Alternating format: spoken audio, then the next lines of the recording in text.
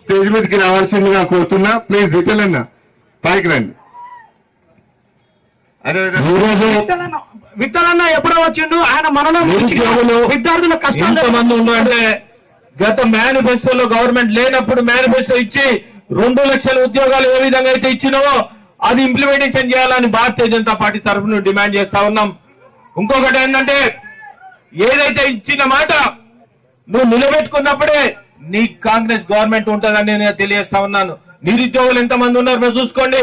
ఈ నిరుద్యోగులు ఏదైతే కడుపు అంటే ఈ రోజు వచ్చి ఈ ధర్నా చేస్తారంటే ఇచ్చిన మాట నిలబెట్టుకుంటలేవు. 3,50,000 ఉద్యోగాలు ఖాళీ ఉన్నాయి, ఎందుకు ఫిలప్ చేస్తలేమని మేము డిమాండ్ చేస్తా ఉన్నాం. మీరు గవర్నమెంట్ వచ్చిన తర్వాత ఏ ఒక్క నోటిఫికేషన్ ఇచ్చినావా? ఇచ్చినట్టుంటే చూపిమని చెప్తా ఉన్నాం.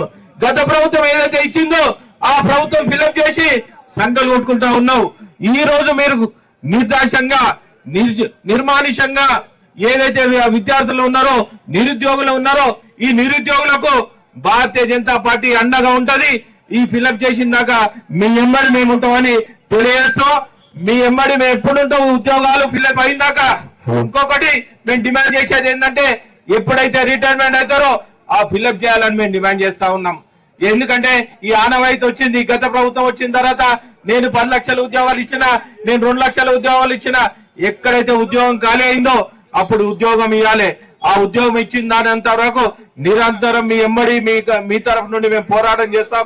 అదే విధంగా ఎక్కడైతే నిరుద్యోగులు ఉన్నారో మీరు కళ్ళకు కనిపిస్తలేదా?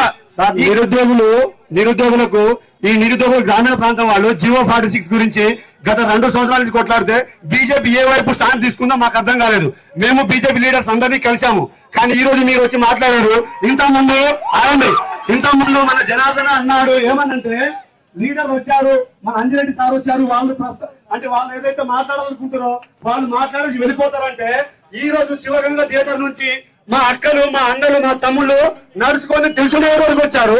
మళ్ళీ ఆర్టిస్ట్ నుంచి నడుచుకుంటూ ఇండియా పార్క్ వరకు వచ్చారు. ఈ రోజు మీరు మాట్లాడుకొని మీరు వెళ్ళిపోతే మరి వాళ్ళు ఏదైతే బాధ ఉందో వాళ్ళు ఎవరికి చెప్పాలని చెప్పేసి నేను ప్రశ్నిస్తున్నా. బీజేపీ మాకు టీఆర్ఎస్ కాంగ్రెస్ 2 అటు సపోర్ట్, కానీ మేము అసెంబ్లీల నుంచి గత ప్రభుత్వం నుంచి కూడా కొట్లాడుతున్నా కూడా బీజేపీ ఇంతవరకు జీవో నెంబర్ 46 మీద ఎక్కడన్నా మాట్లాడంగా విన్నారా? ఎక్కడన్నా ఇంతవరకు? మీరు ఒక్కటే గుర్తుపెట్టుకోవాలి, మీకోసానికి కేంద్ర మంత్రి అయిన బండి సంజయ్ గారు ధర్నా చేసింది మీకు కళ్ళ కనిపిస్తలేదా? అది మీకోసానికి పనిచేస్తున్నప్పుడు మీ కండగా ఉన్నప్పుడు మీరు పిలిచి ఏం మాట్లాడతావు?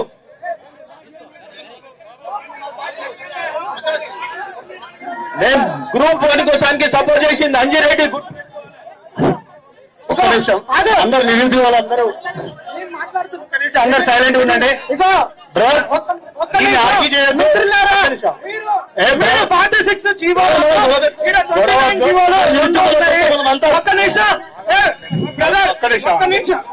ఒక్క నిమిషం ఆగండి. తెలంగాణ వర్ధిల్లాలి, నిరుద్యోగుల ఐక్యత. బ్రదర్ ఒక్కసారి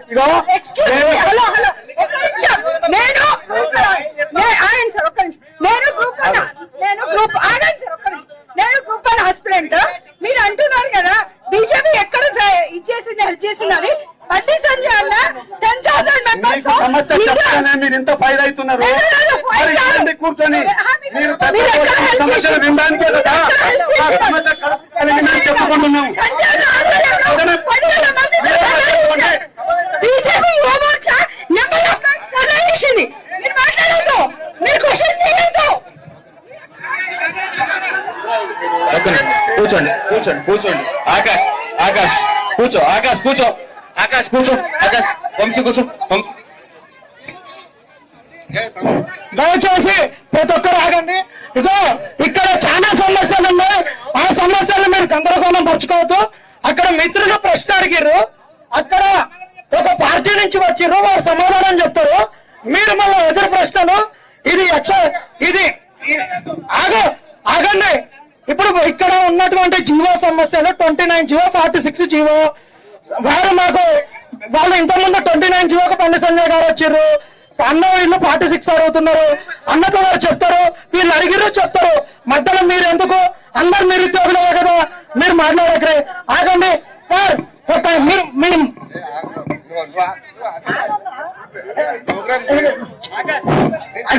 నిరుద్యోగులు అందరం కలిసి ఉన్నాం, అందరికి అన్ని సమస్యలు ఉన్నాయి.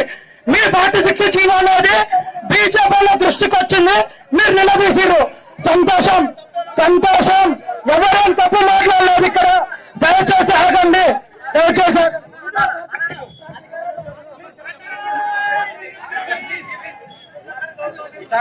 ఖమ్మంలో నిరుద్యోగుల కోసానికి మా బీజేపీ 30 సార్లు ధర్నా చేసింది. ఎన్నో కేసులు అయినాయి. ఇంతవరకు ఏ పార్టీ మీద యువత మీద కేసులైనా, ఒక భారతీయ జనతా పార్టీ మీద కేసులైనా మీ ఎమ్మడి, మీ అండగా ఉంటాం, మీ ఎమ్మడి ఉంటాం. మీ ఉద్యోగాలు వచ్చిందాక మీ ఎమ్మడి ఉంటాం. దేనికైనా ఫైట్ చేయడానికి మేము ఎమ్మడి అండగా ఉంటాం. అర్థమైందా?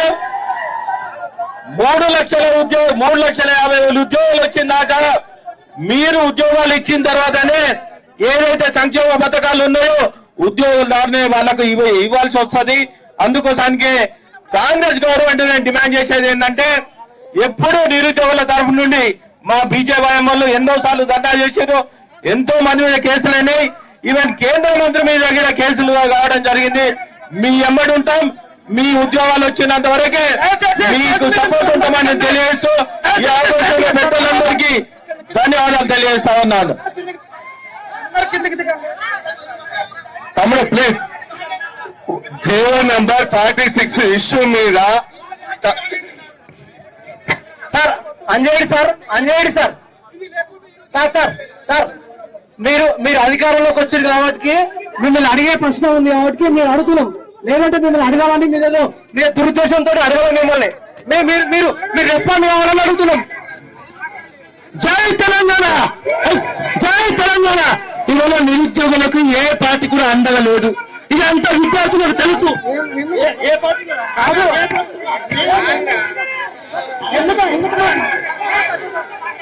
ఒక్క నిమిషం దయచేసి ఇప్పుడు అంజిరెడ్డి అన్న దృష్టికి మీ సమస్యను తీసుకొని పోయారు, అయిపోతుంది. ఇప్పుడు విఠలన్న దయచేసి అంజిరెడ్డి అన్న ఒక్క నిమిషం. మిత్రులారా, నిరుద్యోగ మిత్రులారా ఆగండి, నేను చెప్తున్నాం, అన్నకి ఇస్తున్నాం. ఇగో ఒక్క నిమిషం ఆగండి. మనం ఎంత కొట్లాడినా ఏది చేసినా సమస్యను రాజకీయ పార్టీలో పరిష్కరించేది. మీ సమస్యను బీజేపీ వాళ్ళ దృష్టికి తీసుకొచ్చారు. అందరికన్నా చెప్పిండు, మేము మాట్లాడతామన్నారు. తర్వాత రిప్రజెంటేషన్ ఇస్తారు, అయిపోతుంది. దయచేసి ఇక్కడ వచ్చి మీరు గడబడ చేయొద్దు. ఇది సామరస్యంగా సమస్య చెప్పినప్పుడు సమస్య అయిపోతుంది. అన్నా మీరు మేము చేస్తామని చెప్పి